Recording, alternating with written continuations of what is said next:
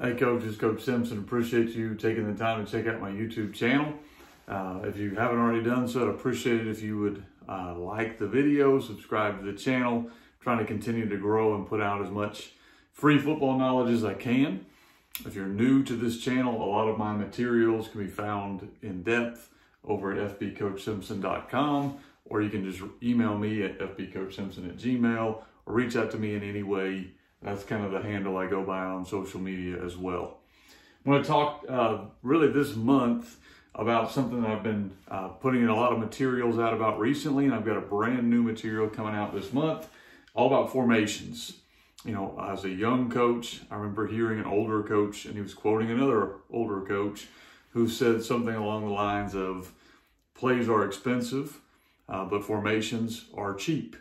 And what he meant by that was teaching concepts and then having a system and kind of an offensive structure that takes a while, and it takes a long time, and you're going to spend most of your time trying to get better at that every single year, and that's what we're trying to spend a lot of our time at. However, putting in a new formation shouldn't have to be that way. It's just a new way of presenting the same concept you may be running, but giving a defense a different presentation of it, or a different problem they have to solve. A lot of defensive coordinators are very formation driven and personnel driven. What I mean by that is they spend a lot of time making sure they have rules, they can handle different formations, and they have different adjustments they have to build in. Defensive football is hard to coach, you know, it's simply enough. So offensively, if you decide, hey, we want to kind of buy into this mindset and have multiple formations, these are a couple things you need to think about. These are some things that I've addressed in a few of the books I've put out. I put out One Play Many Ways, which is almost exactly this, off just a few different plays.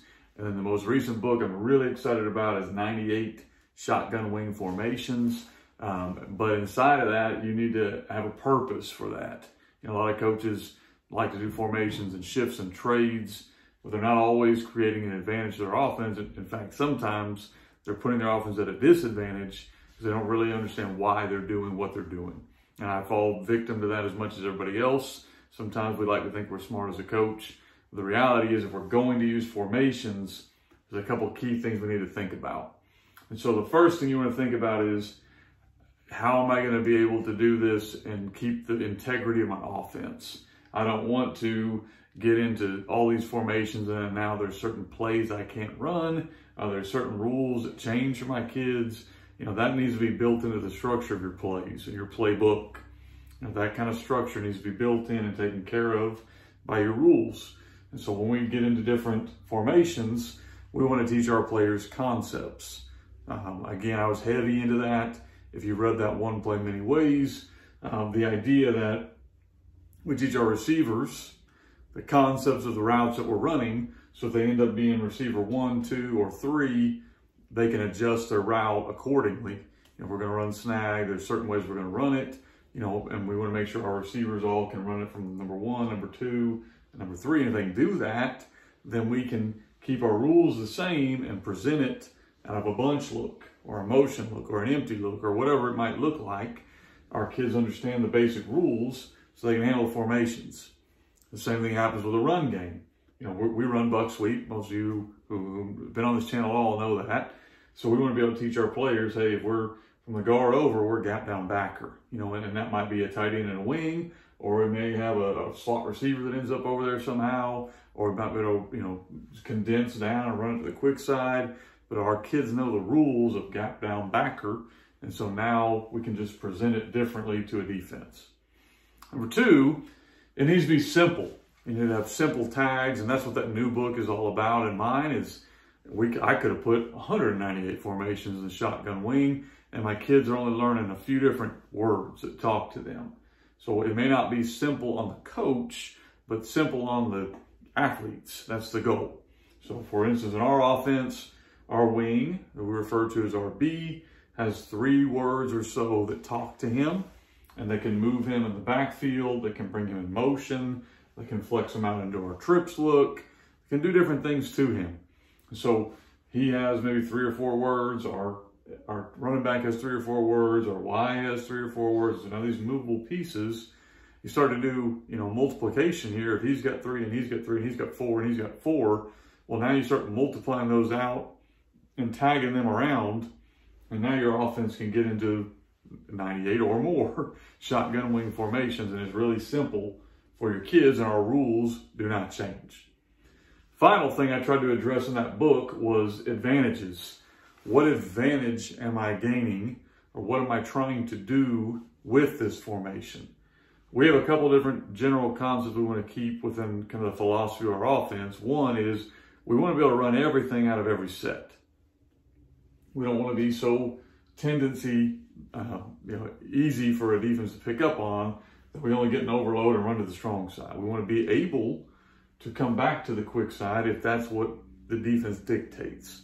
And that's what I mean by an advantage. I look for pretty simple things on advantage. Numbers. And that's one of the main things we're looking at is the numbers we're creating.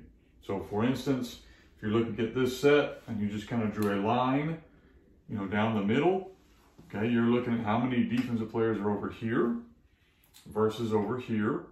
And then not only that, but how many defensive players are in the run fit on both sides or in the pass drop. So for instance, let's say that the numbers aren't great over here. We have maybe a nose and an end and a linebacker, and this overhang guy's kind of getting in. Well, that's not good numbers in the run game, because that's 2, maybe 3 on 4. Not good. But maybe they're in some kind of look like this, where I would have a good numbers over here in the pass game. So we're looking for numbers as one advantage. We're also looking for matchups. Let's say that this kid right here is our best athlete, and this defense has decided to go man 0. And now I can put this athlete and get him matched up on whoever. So what we might do is maybe this is our normal athlete that's really, really good. Well, that corner is as good as him, or maybe even better. Well, what's a way I can get him not matched up on that guy? We could do that through motion. Okay, we could simply line this kid up as the number 3 receiver, get into some kind of, look where maybe we put our running back out here, and now we bring this kid here and get him matched up on that guy. So numbers are one thing, matchups are another thing, and then confusion. Can we cause confusion within a defense's rules? For me, tight end wing, one of the reasons I really like it, because there's only so many looks a defense can give you, and you start to figure out what their base rules are, and how can I mess that up?